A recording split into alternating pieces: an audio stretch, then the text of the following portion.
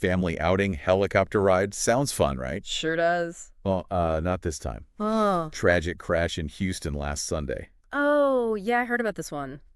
4 people, Uh-huh. including a child, gone just like that. It's just awful. So let's take a look at what happened. We've got this CBS News report. Yeah, good place to start. Okay, so it says, this R-44 helicopter, private helicopter, by the way, Yeah. took off from Ellington Field Right. around 8 p.m. and boom, crashed right into a radio tower. Yeah, there's even security footage of it. It's just chilling. Really is. But here's where things get really strange. Concerning, I guess is a better word. The tower lights were out. Inoperable. Yeah, and you know what gets me? 5 days earlier, the FAA put out a NOTAM. Okay, so for our listeners who maybe aren't, pilots and stuff, break down what a NOTAM is. Yeah, sure. So it's Notice to Air Emissions. Basically, it's how the FAA tells pilots about, potential hazards, things to watch out for. So like a heads up, but, for flying. Yeah. Makes sense. So in this case, the heads up was, hey, these tower lights are out. Exactly. And at night, that's a huge deal. Yeah, those lights, they're how pilots see these things, right? Right. Especially in a big city, all lit up like Houston. You got it. And especially at night, everything's harder to see than anyway, so no tower lights could make the tower basically invisible. So are we saying these lights being out, that's what caused the crash? Well, it's way too early to say for sure, but it's definitely something investigators will be looking at. Right. The FAA, the NTSB, they'll be all over this. And they're asking the public to keep an eye out for debris. Debris. Yeah, even little pieces. It can really help put the puzzle together, figure out what happened. I see. It all helps. It's just, heartbreaking. A whole family just gone. Absolutely. And we can't forget that part of it, the human cost. Yeah. Lives lost, families shattered. It's a reminder why safety is so important. So these R-44s, are they, safe helicopters?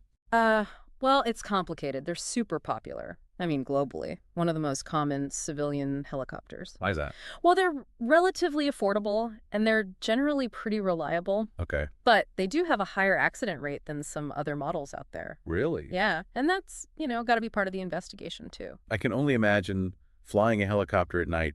That just adds a whole other level of, danger. Oh, yeah.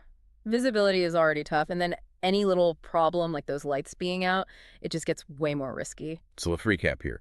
Horrible crash. Tower lights not working. Yeah. Investigations ongoing.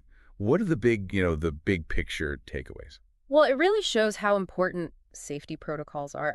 Every detail matters, from how helicopters are maintained to, how pilots and air traffic control communicate. Yeah. But it also makes you think maybe technology can play a bigger role here. So what are we talking about? Like what kind of tech? Well, for starters, think about better ground proximity warning systems. Ground proximity. Yeah. So they could alert pilots to obstacles even if, they can't see them. Yeah. And also better lighting systems on the helicopters themselves. Makes them easier to see. Exactly. Brighter, more visible, especially at night. You have to wonder if, better communication or even this new tech, if that could have changed things. That's the $1 million question. Maybe literally. Right. And as technology keeps getting better, we got to keep pushing for safety. Make flying safer for everyone. Who knows? Mm-hmm. Maybe someone listening right now will come up with the next big breakthrough. Wouldn't that be something? Well, this has been eye-opening. If you're interested in learning more about aviation safety, do some digging. It's fascinating stuff. Yeah, and it could literally save lives. That's all we have for this deep dive. Thanks for having me. Thanks for listening.